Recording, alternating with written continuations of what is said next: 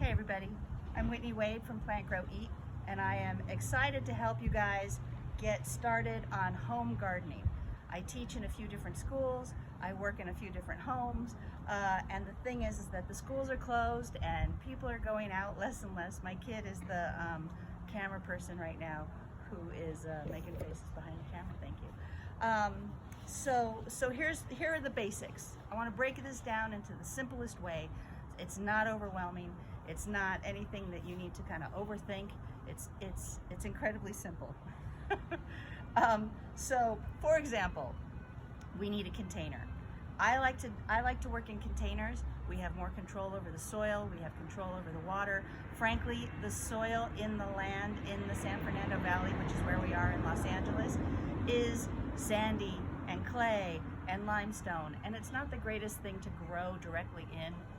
Especially if you haven't really amended it with a lot of soil amendments and organic matter. So I like to go container style, and these are some kits that I have that I actually offer, but that's not why I'm doing it. Why I'm doing this is to relieve some of our stress, get us out in the open, get us out within our community. We have the ability to share and grow some food. So, for example, containers. I happened to save this cream cheese tub the other day. I poked some holes in it with some scissors. Every container needs to have holes for drainage. Otherwise, as the kids will say, the plants will drown. And we don't want the plants to drown. So, for example, this cream cheese tub could actually grow a little bit of lettuce. My kid had a science project last year, so these are some clay pots that I found under the kitchen sink from the science project that I figured I'd recycle at some point. So here's where we're recycling. Keep in mind that when you have a drainage hole, it will drain wherever you have it. You're going to want to find a sunny spot, which can be in a window, it can be on your balcony, it can be on your steps, it can be on your front porch, it can be if you have a home, it can be wherever. But it will drain, so make sure to keep that in mind and have an accompanying dish that you can catch the excess in. I also, with these galvanized steel tubs, I drill holes in the bottom of these so that they make sure they have drainage, proper drainage. And I just use a regular drill bit. I also have a special drill bit that goes into metal, but you can do it with a regular drill bit. If you do choose to build a raised bed, say you have some scrap wood laying around your house like I did to make this beautiful table, then I want to just stress, if you build a square right here on your lawn, you're going to want to put some landscape cloth on the bottom so that the grass and the weeds don't continue to grow and then ultimately compete for your vegetable space. So landscape cloth is available at your big box stores or wherever.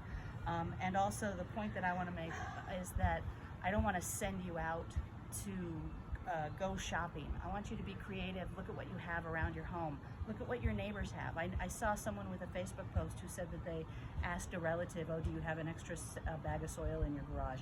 I happen to have an old bag of soil in my backyard. Now, I'm a gardener, so I have a lot of old bags of soil and stuff laying around, but you'd be surprised when you start thinking about it. So for example, if you do happen to go out to buy soil, I like buying soil that says organic, that has a picture of vegetables on it. I'm not particularly loyal to a specific brand, but it's something that's rich. Potting soil, garden soil, for that matter, if you have a bag of lawn topper laying around, that'll do for our purposes, because what we're trying to do is just get going. So then from there, you'll need either seeds, or if you happen to be out and around, seedlings. And the size of your container is going to dictate how much you can grow. So for example, this is a little 10-inch galvanized steel bucket. You can see it's got a hole in the bottom. I've got some soil in it, and I've got 3 different types of lettuce growing in here. However, you can see in this, you can grow one type of lettuce and see how big it gets. In this tub, this is an oval. I've got some oregano, 3 types of lettuce, a green bean, a cucumber, which are bush type because they grow a little bit more compactly, and some parsley.